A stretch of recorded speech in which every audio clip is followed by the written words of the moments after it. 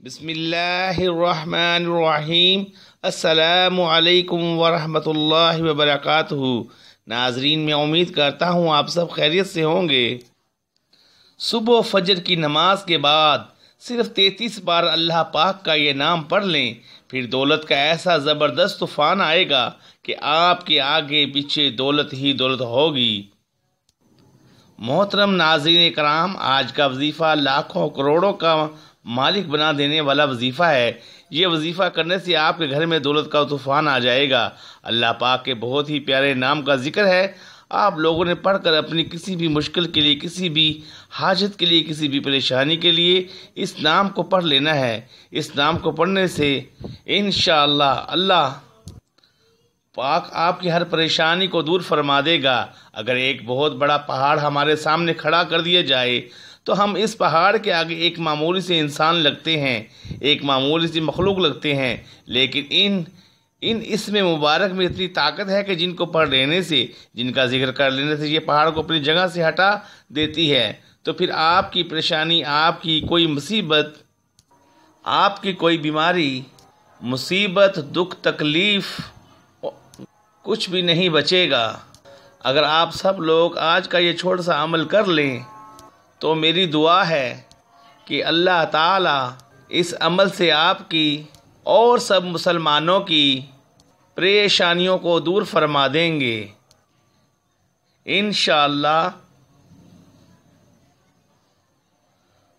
کیونکہ ہمارا یہ عقیدہ ہے کہ نہ تو اللہ کا قرآن جھوٹا ہے اور نہ ہی نبی پاک صلی اللہ تعالی علیہ وآلہ وسلم کا فرمان جھوٹا ثابت ہو سکتا ہے۔ لیکن پھر بھی ہم لوگ جن عاملوں کے پاس ہر روز جاتے ہیں، ان کو اپنا کام کروانے کے لیے، اپنی کسی بھی ضرورت کے لیے ان کے پاس پیسے دینے کے لیے چلے جاتے ہیں، وہ لوگ تو جھوٹے ثابت ہو سکتے ہیں، لیکن اللہ تعالیٰ اور نبی پاک صلی اللہ علیہ وآلہ وسلم کا فرمان کبھی جھوٹا ثابت نہیں ہو سکتا۔ بدقسمتی سے ہم نے قرآن پاک کو کھولنا چھوڑ دیا ہے، ہم نے قرآن پاک کی تلاوت کرنا چھوڑ دی ہے، حالانکہ ہماری جتنی بھی پریشانیاں ہیں، مختلف بیماریوں سے لے کر بڑی سے بڑی مصیبتوں تک جتنی بھی ہیں، ان ساری کی ساری تکالیف کا حل قرآن پاک اور حدیث شریف کے اندر موجود ہے۔ قرآن و حدیث سے ہم سارے کے سارے مسائل کو حل کر سکتے ہیں، لیکن ہم نے قرآن پاک کی صرف گھر میں اپنی کسی اونچی جگہ پر رکھنا ہی مناسب سمجھ رکھا ہے اور ہر روز اسے اگنور کر دیتے ہیں، اور قرآن پاک کو کھول کر اس کی تلاوت کرنا مناسب نہیں سمجھتے۔ لیکن قرآن پاک کی کشش اور خوبصورتی تو آج بھی اسی طرح موجود ہے جتنی آج سے صدیوں پہلے تھی۔ قرآن پاک جس طرح پہلے اپنے سننے والوں کو متاثر کرتا تھا اور ان پر اثر انداز ہوتا تھا، اپنے پڑھنے اور سننے والوں کی کیفیت کو بدل دیتا تھا، ان کے دلوں کے حالات کو بدل دیتا تھا۔ پہلے لوگوں کی آنکھوں سے قرآن پاک کی تلاوت سننے سے آنسو بہنے لگتے تھے۔ کیا آپ جانتے ہیں کہ یہ تو آج بھی اسی طرح اثر انداز ہو سکتا ہے، دلوں کی دنیا کو بدل کر ہماری ہر مشکل کو، ہماری ہر پریشانی کو اور ہماری ہر حاجت کو، ہر مراد کو پورا کر سکتا ہے۔ قرآن پاک کو اس طرح سے پیش کیا جائے جس طرح سے پیش کرنے کا حق ہے۔ اگر ہم یہ حق صحیح طریقے سے ادا کریں گے تو دنیا اور آخرت دونوں جہانوں میں کامیاب ہو جائیں گے۔ محترم ناظرین، یہ اللہ پاک کے صفاتی نام ہیں، ان کو آپ نے فجر کی نماز کے بعد پڑھنا ہے۔ آپ کو اگر 10 کروڑ بھی چاہیے ہوں گے تو اللہ پاک سے مانگو، اور پوری دل جمعی کے ساتھ محنت کرو گے اور حلال رزق کی جستجو کرو گے تو اللہ پاک آپ کو 10 کروڑ بھی عطا فرمائے گا، کیونکہ محترم ناظرین کرام، اللہ تعالیٰ ہی مالک الملک ہے، وہی تمام جہانوں کا مالک ہے اور اسی کے قبضہ اور قدرت میں ہر چیز ہے۔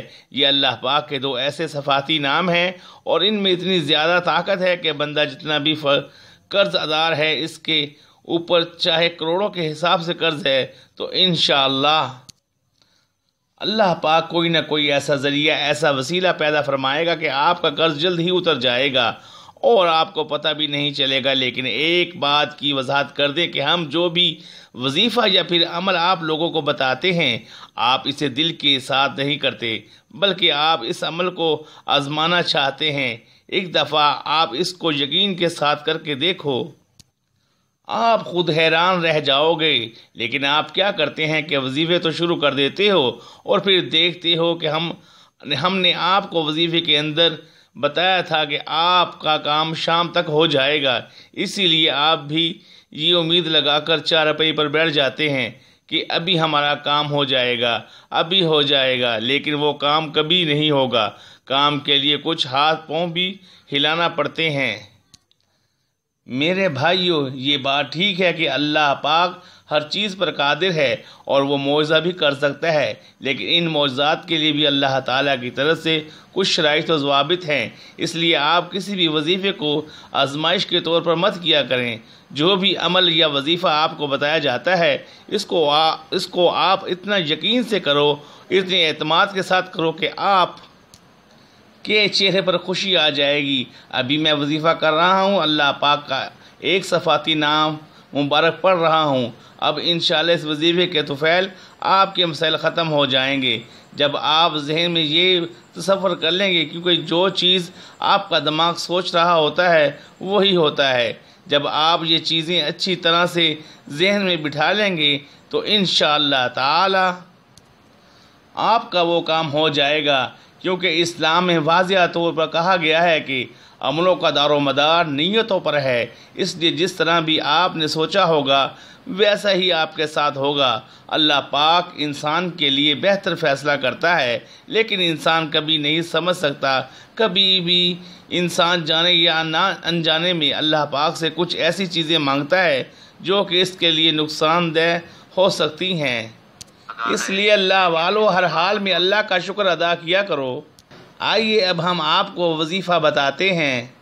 پیارے ناظرین، آپ نے نماز فجر کے بعد 21 بار درود ابراہیم پڑھنا ہے اور پھر 33 بار یا غنیوں یا مغنیوں پڑھنا ہے، اور اس کے بعد پھر آپ نے 300 مرتبہ استغفر اللہ استغفر اللہ استغفر اللہ پڑھنا ہے، اور پھر اس کے بعد آپ نے 7 مرتبہ درود ابراہیم پڑھ کر اللہ کے حضور دعا کے لیے ہاتھ اٹھا دینے ہیں اور دعا مانگنی ہے۔